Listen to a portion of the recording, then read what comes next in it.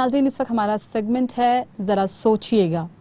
ناظرین اکرام، ہم میں سے بہت سارے لوگ ایسے ہیں جن کی بہت سی نمازیں قضا ہو جاتی ہیں، کبھی اپنی مصروفیت کی وجہ سے اور کبھی لاپرواہی کی وجہ سے۔ اسی طرح بہت سارے روزے بھی ہمارے قضا ہو جایا کرتے ہیں، کبھی اپنی نالائکی کی وجہ سے اور کبھی بیماری کی وجہ سے۔ تو ہم اکثر دیکھتے ہیں کہ بہت ساری جو عبادت کی راتیں ہیں، فضیلت والی راتیں ہیں، اس میں نوافل کی کثرت کی جاتی ہے، نوافل پڑھے جاتے ہیں۔